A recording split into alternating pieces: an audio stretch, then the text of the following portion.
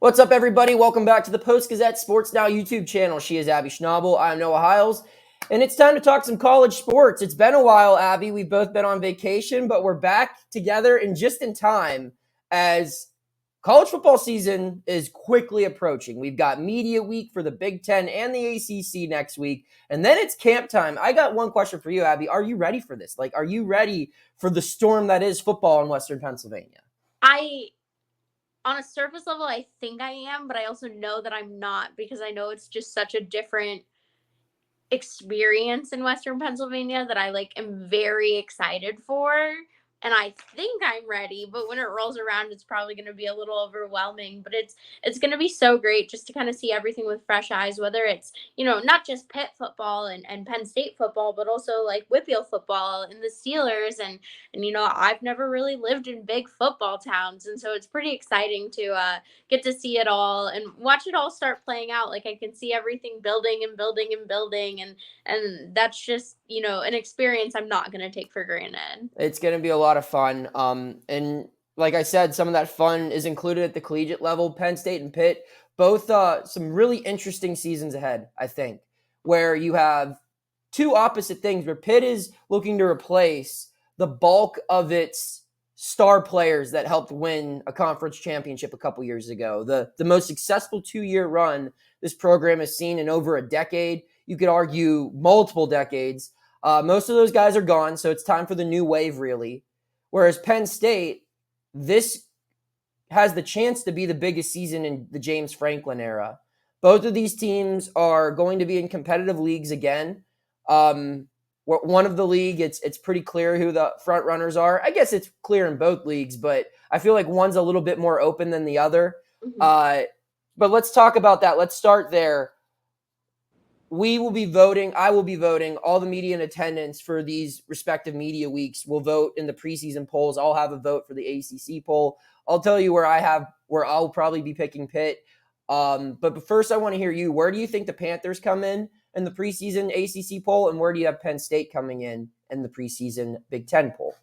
I've got Pitt coming in at fifth. Okay. I think they are one of the stronger teams in the ACC, and I could see them finishing higher than that. I could also see them finishing lower than that. I just think there are, like you said, there are a good amount of unknowns. Kind of starting with, the guy who's leading the team, Phil Dracovic. We haven't really seen him in Pitt system yet. We saw him a little bit in spring ball, and sure, he has some ACC experience playing for BC, but I don't know. It's just sometimes adapting to a new team takes a little bit longer, and so I think a lot of where Pitt finishes kind of lies on his shoulders. Success wise, I could see him kind of falling in between a Pickett and a Slovis. It's kind of right in the middle of that spectrum. It's a big difference, but yeah. Yeah, but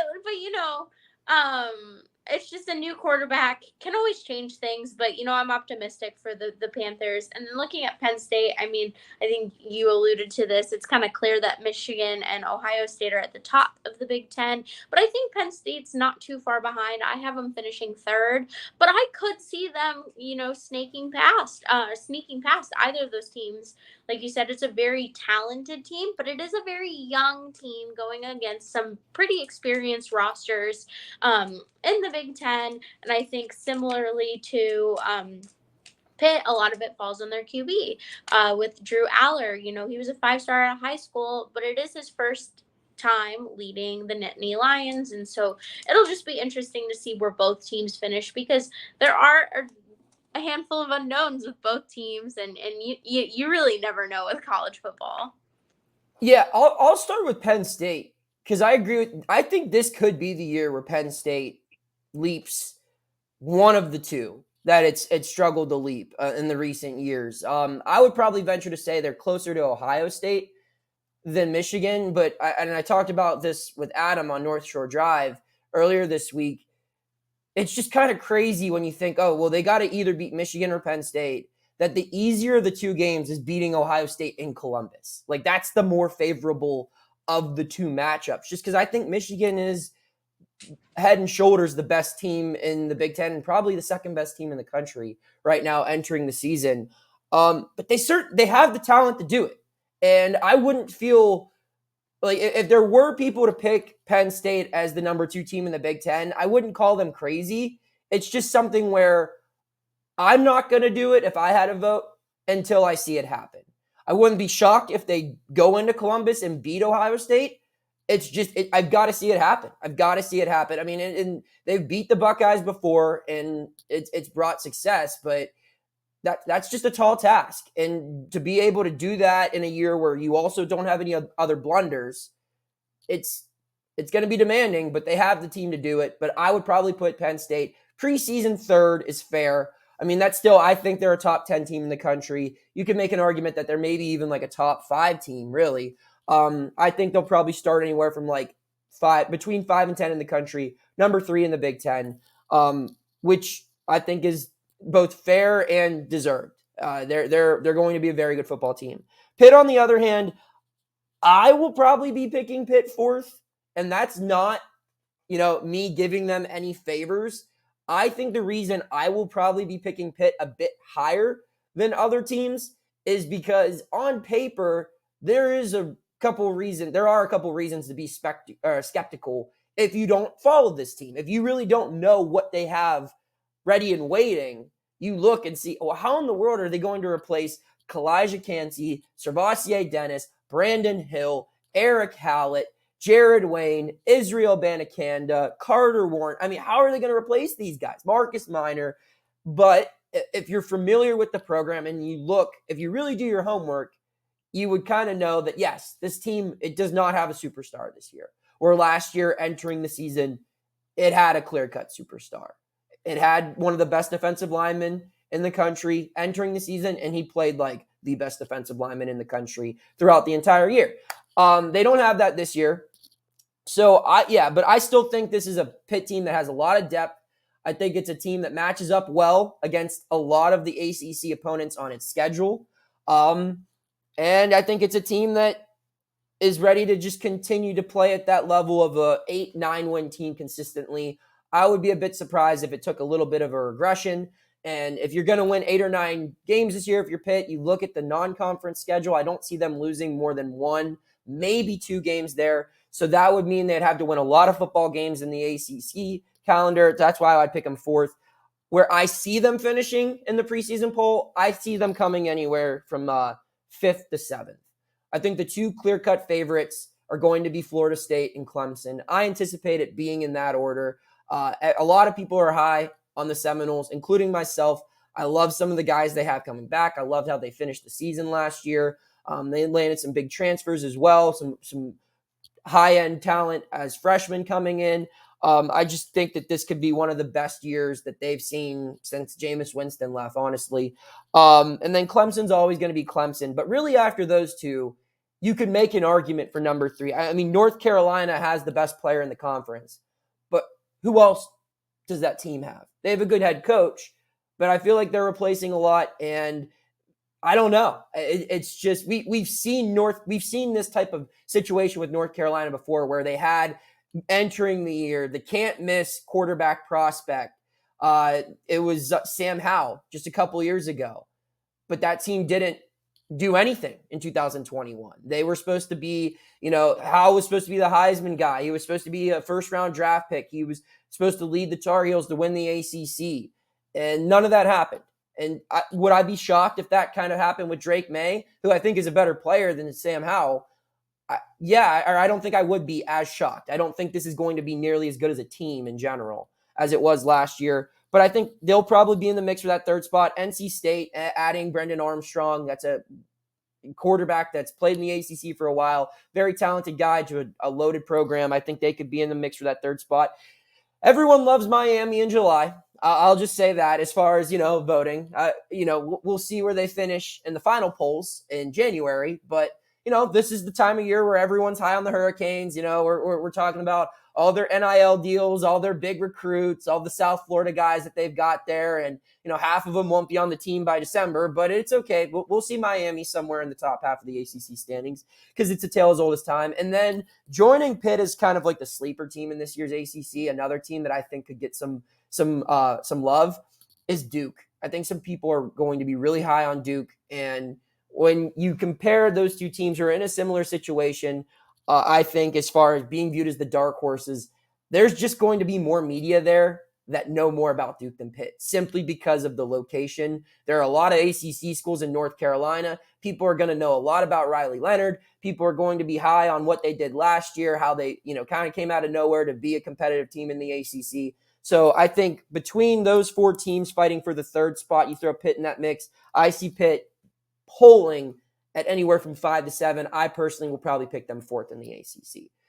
So we'll move on now to our second part of this show, where obviously the thing about the ACC kickoff or Big Ten Media Week is the headlines. What coach is going to say something that goes viral on Twitter, and you're going to have that. Coach Franklin and Narduzzi are never shy, when the microphones are in their face, but there's more to it than that.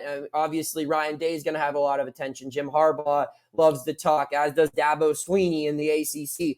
But I think the 2 biggest storylines here, Abby, for the ACC, it's clearly the media deal drama that took place over the summer, the Magnificent Seven meeting with lawyers to try to weasel their way out of the league. And then for the Big Ten, it's Northwestern, which has been the biggest story in college sports this month. David Braun named the interim head coach after Pat Fitzgerald was fired due to a hazing scandal. Abby, I just want to ask you, which one is going to be a bigger buzz? Which is the bigger story this week? I mean, this week is the good qualifier there, because I think when you just look at it, the bigger story is obviously Northwestern. But I wouldn't be surprised if Northwestern, like media people, the SIDs, kind of try and steer away from those questions. And so I don't necessarily think we're going to get a lot of headlines about that, other than refused to comment, didn't want to comment, simply because they're really trying to get away from it, because it isn't a good look on their program at all, and you want to kind of usher in this new era. And so but this week being the qualifier, I think it's the Magnificent Seven, because I think a lot of those coaches are going to be more willing to talk about that stuff in that environment, whereas Northwestern is going to kind of push things away, try and steer the narrative a little bit. And, I don't blame them for doing that. But I think because of that, you're still going to see it in the headlines. You're still going to see. Go ahead. Oh, I was going to say, and to build off of your point, I think that any coach in the Big Ten is going to be very quiet when it comes to that, because they're just thinking, well, crap, I hope that didn't happen in my locker room. Yeah. They think it didn't. I'm sure most of them are kind of thinking, yeah, I don't think that stuff happened, but what if it did? So I think that they're all going to kind of just be like, what happened was bad. They're going to give you a very canned line, and they're not going to say much. I'm sure one person, if I had to bet any money, it'd probably be Jim Harbaugh. But in all reality, that I really think that everyone's going to be very careful with that subject, not just Northwestern and the athletes that they send and the coaching staff and all of their representatives. But I think that everyone in the Big Ten is going to be treading lightly with that, because it's still a very raw situation. And my guess is that's probably not going to be the last college football program that has something like that come out. Yep. That's normally we see other things follow. So that's going to be a tense one. Whereas like you said, and I will agree, I think people are going to have many thoughts on this TV deal, because at the end of the day, that money discrepancy, which we've talked about ad nauseum on this show and we've written about a million times over the summer, that is a disadvantage. And these coaches, they're paid to win. They want to compete. Dabo Sweeney wants to win championships. Mike Norvell wants to get Florida State into the college football playoff, as does Pat Narduzzi, as does any other coach in the ACC. And when they see that the Big Ten and the SEC are making tens of millions of dollars more than them that can be used for anything to make their program better, they're going to have something to say about that. They're going to, I think that it's not going to be a, we got to get out of here type thing, but it's going to be more of, we've got to figure out a way to narrow this gap, because every ACC coach wants to see an ACC team in the college football playoff, especially when it expands. They want to see multiple ACC teams. The company line, it seems, is talking about how undervalued the football league is in general. And now with that $30 million discrepancy potentially, they're going to be at an even bigger disadvantage than public perception. And that's going to be something that I think a lot of people open up about. There's going to be a lot of different takes on it.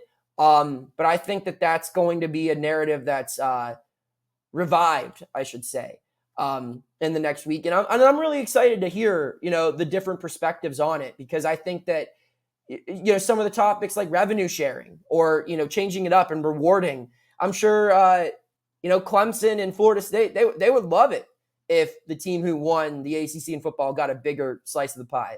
Not sure how Boston College would feel about that. Not sure how, Duke would feel about that, or teams like that. So that'll be really interesting to follow up on. And I think it'd be a missed opportunity if they didn't talk about it, because I think the more that they talk about it, the more there are a lot of eyes on it, and the more likely there is going to be the chance to force change. Yeah. And so, I mean, you're going to get a lot, hopefully, for those coaches. You're going to get a lot of that. And there's going to be a lot of questions about it. And same on the Northwestern front is people aren't going to not ask the questions. It's just who's going to get the most answers. And I think the ACC media deal is going to get the most answers. Yeah. You have one topic that no one wants to talk about in college football. And you have one topic that every coach wants to talk about, because it will help. They're hoping that if that narrative continues, if that conversation stays alive, things will be better for their respective programs in the league. And so, they're going to be begging, I think, for those questions to be asked. Maybe everyone but Jim Phillips, but he's going to have to talk about it too. So we'll move on now to the third and final segment. Abby, I just want to ask here, who are your players of the year for the ACC and the Big Ten real quick? And then we'll pick a couple of players from both Pitt and Penn State who we think have a chance to receive first-team preseason recognition from their respective leagues. But first, give me your ACC and Big Ten Player of the Year preseason picks. Yeah, you already mentioned my ACC Player of the Year pick with Drake Maine from UNC. I mean, he was last year's winner. It's the favorite, just simply because he's returning. When you look at his stats, he passed 4,321 yards and rushed 698. Like, those aren't stats to pat an eye at. No. And I think if he can keep up those numbers, he's got a good chance. But like you said, a lot of the time, Player of the Year goes to the team that's more successful. And does Chapel Hill have the chances to kind of back Drake Maine up? He's my pick for ACC. And then my pick from Big Ten comes from Ohio State, Marvin Harrison Jr., wide receiver. I just think he's one of the best receivers there is right now in college football. He was an All-American last season, and just going into another year, I think he's got a good chance to be a two-time or be another All-American. I mean, when you look at his stats, 1,263 yards, 14 touchdowns in 13 games, and more stats not to bat an eye at. Like, he's my pick. I know other people might pick someone from Michigan, but I just think he's one of the best receivers right now, and I just think he's got nothing but good things ahead of him. I think Marvin Harrison Jr. is the best player in college football not named Caleb Williams. He's the real deal. However, because of his position, I don't know if people are going to vote a wide receiver for Player of the Year, because normally you got to vote for the guy who gets him the ball. There are certain circumstances where wide receivers have won the Heisman. Just a couple years ago, Smith from Alabama did. But I don't know. I think that there's still going to be certain people who are hesitant to vote for a wide receiver for Player of the Year. I think a lot of people are going to vote for Blake Corum. That would probably be my pick for Michigan, simply because, and this is nothing against Marvin Harrison, but we saw last year, Ohio State's best receiver hardly played at all. Jackson Smith-Njigba hardly played at all. And what happened? Another guy stepped up and became one of the best wide receivers in the country. That's what Ohio State does. They produce incredible wide receivers year in, year out. They have the best wide out room in the country. You could say the same again this year. And Harrison, God forbid if he has something happen to him. But, let's say he tweaks an ankle midseason and just decides, I'm going to be a top 10 pick. I don't need this anymore, and opts out, which could happen.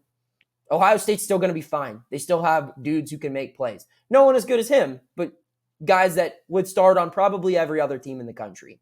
Whereas Michigan, sure, they have good running backs, but Blake Corum is the identity of that Michigan team.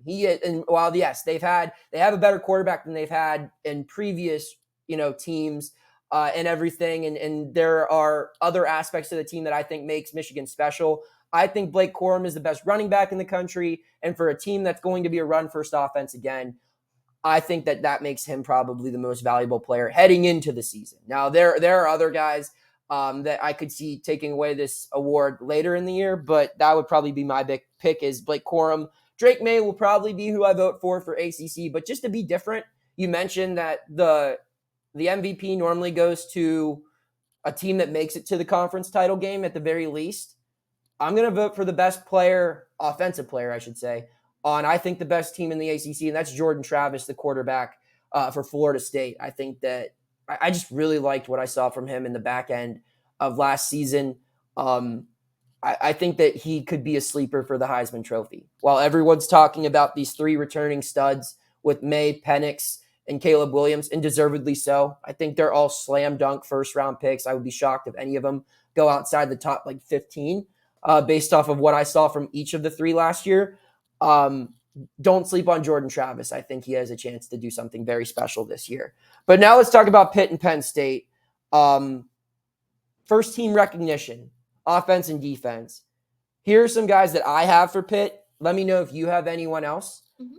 I think the biggest chance to get first team recognition here in the preseason poll, Abby, is none other than Ben Sauls, the kicker. For Pitt. I know some preseason publications are picking, I think, the kicker from Virginia. I forget his name. But I think Sauls has a good chance to not only be like first team All-ACC, but maybe even be in the mix for a couple All-American considerations.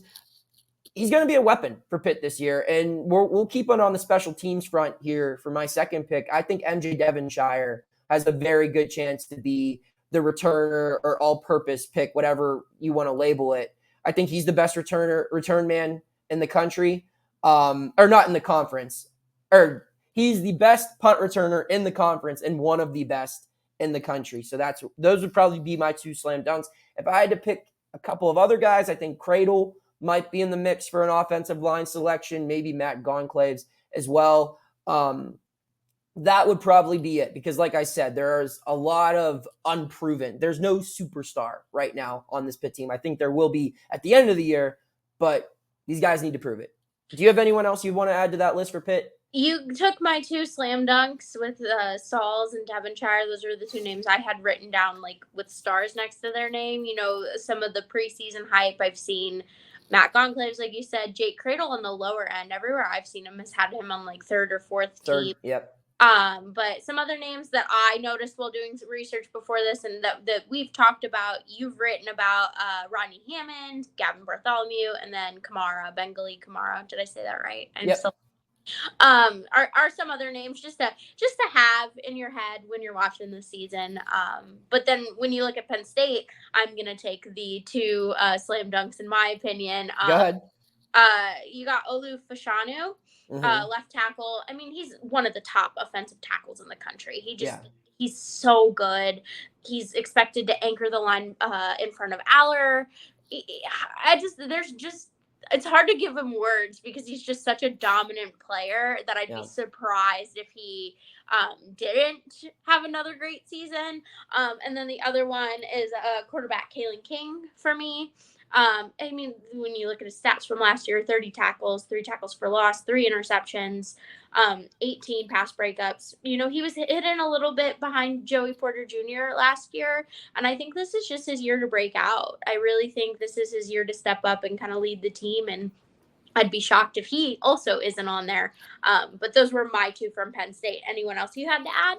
Yeah, I mean, Chop Robinson's a guy that I think could take a step up on the defensive line, and then they're the two young stars who they're just sophomores, but I think you could say last year was maybe a breakout for both of them, but I think this year is where people from outside the Big Ten really start to learn their name and be more than familiar with them. That's Nick Singleton. It's going to be tough for him to get first team recognition just because there's so many good running backs in the Big Ten, but I wouldn't be shocked if Singleton got one of those 2 spots. And then Abdul Carter, the linebacker. I think if you're a talented linebacker and you show promise as an underclassman at Penn State, people are going to take notice. I wouldn't be shocked if he got himself some first-team recognition as well. So that's all I got. Abby, any final thoughts as we wrap things up today? Nope. We're good. All right. Well, next time we'll be talking, I will be in Charlotte. You will be covering the TBT from the Zoo Crew, playing in the basketball tournament, some summer hoops action. So we'll have a lot to talk about. And until then, hit that subscribe all button if you haven't already, and keep tuning in to the Post-Gazette Sports Now YouTube channel. Take care. Thank you for checking out this content from Post-Gazette Sports. If you liked the video, please like it and subscribe to our YouTube channel. If you enjoyed it on Apple Podcasts, please rate us 5 stars on Apple Podcasts. For 6 months of digital access to post-gazette.com for just $6, click the link down in the description.